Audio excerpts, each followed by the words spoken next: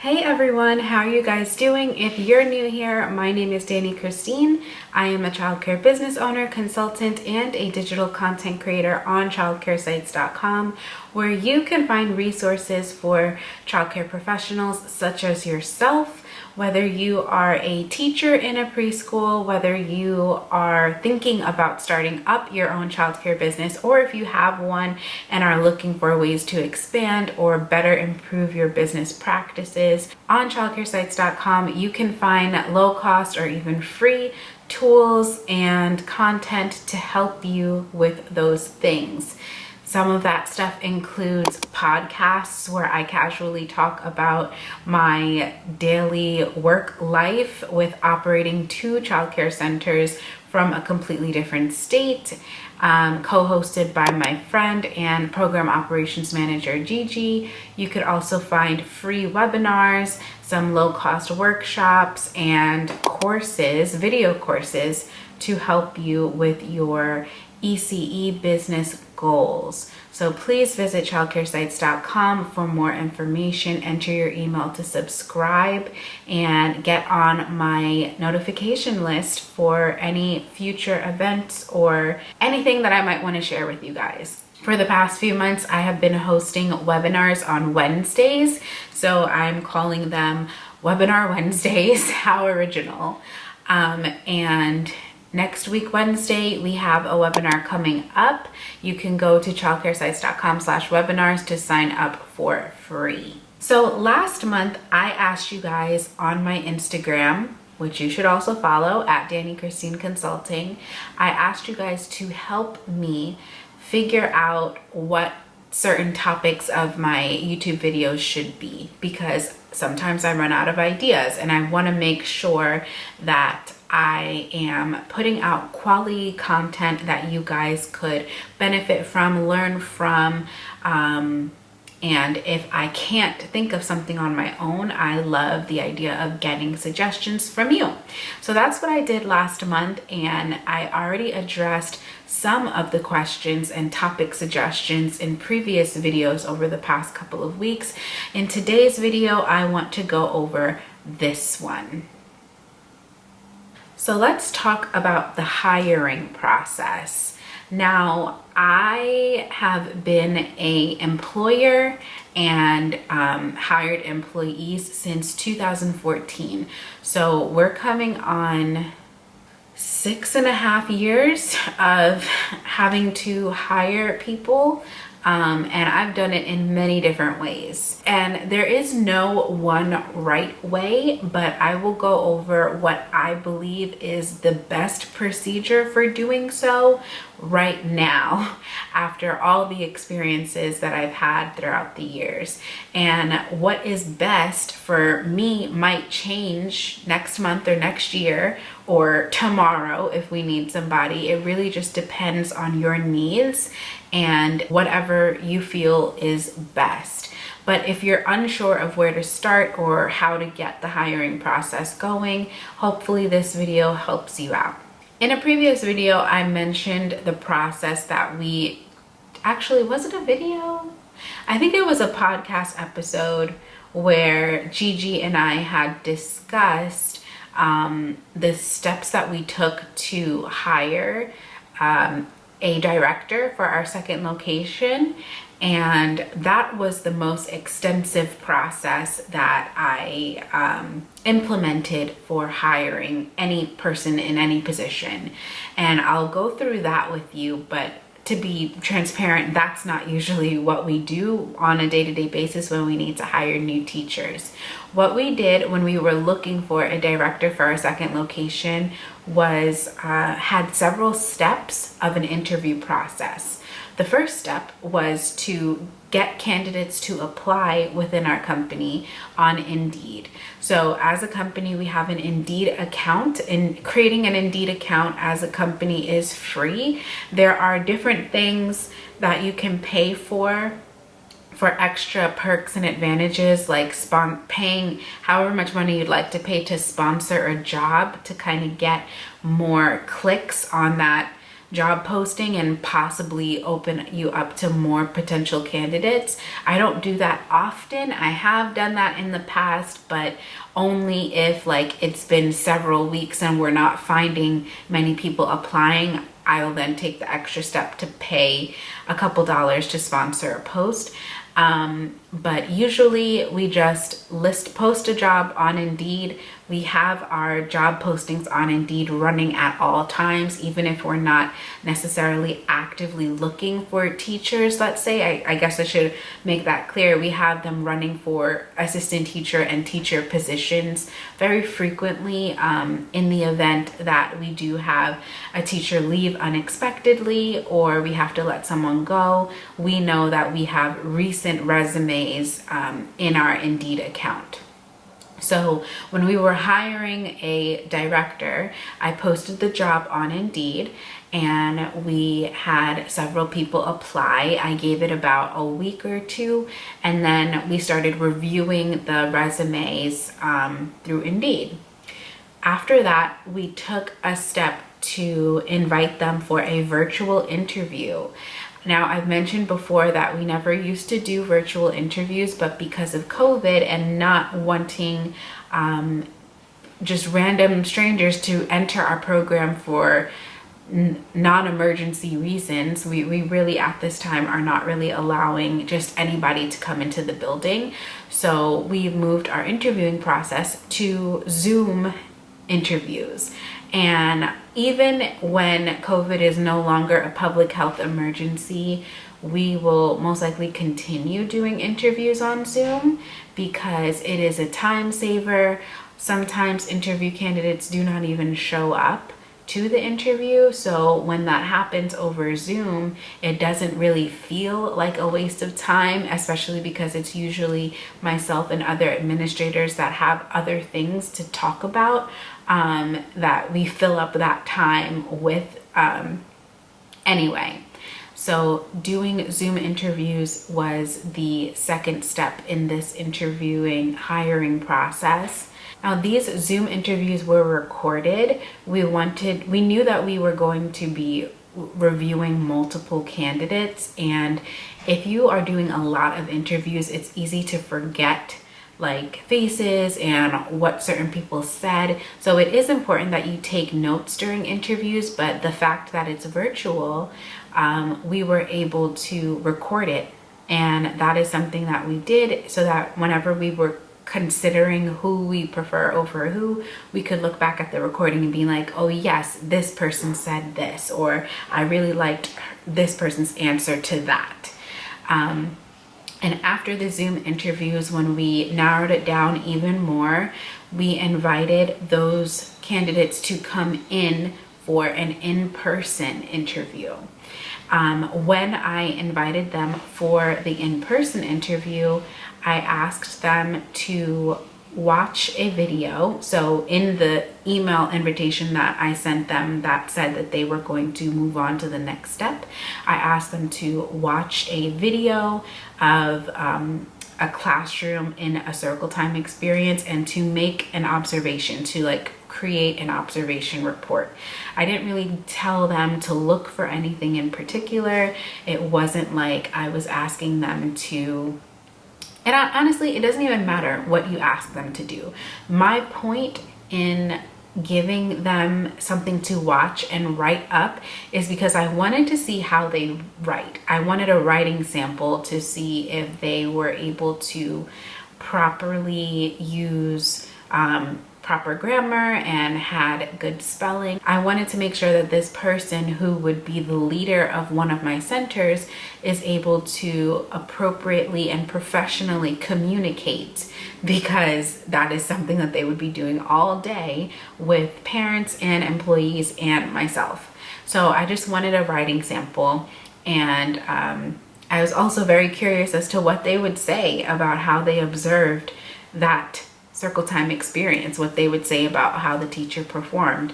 And it was definitely interesting. After the writing sample was finished, they were to bring it with them to the interview on site.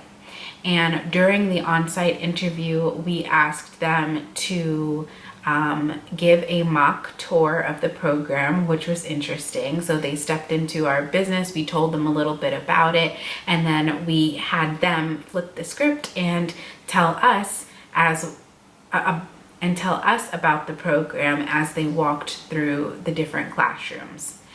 And then that same day, we also had them do a mock promotional video. So we recorded them as they did an advertisement of the program. And the reason for that is because for me, we do a lot of video promotions on social media and different areas where we record what goes on in the center and even have our staff have speaking parts within certain videos. We do that all the time. So it was important to me that the leader of one of my centers was able to do that as well, and that they were comfortable and confident and spoke clearly and professionally in video format. So that was interesting. I think, and then finally, we also gave them a fake emergency scenario and had them write up an imaginative employee for misconduct. So I wanted to see how they were with searching the regulations, with searching our policies, and with doing a professional employee reprimand. So all of those things were tasks that they would be asked to do if they were to be hired for the position. And it really gave us some insight to see who they are and who they would be as a leader within our program. And the interesting part about it is that they also had an opportunity to see what some of their expectations might be if they were to be hired, and whether or not that was okay for them. And that's always important to me as an employer that is interviewing candidates.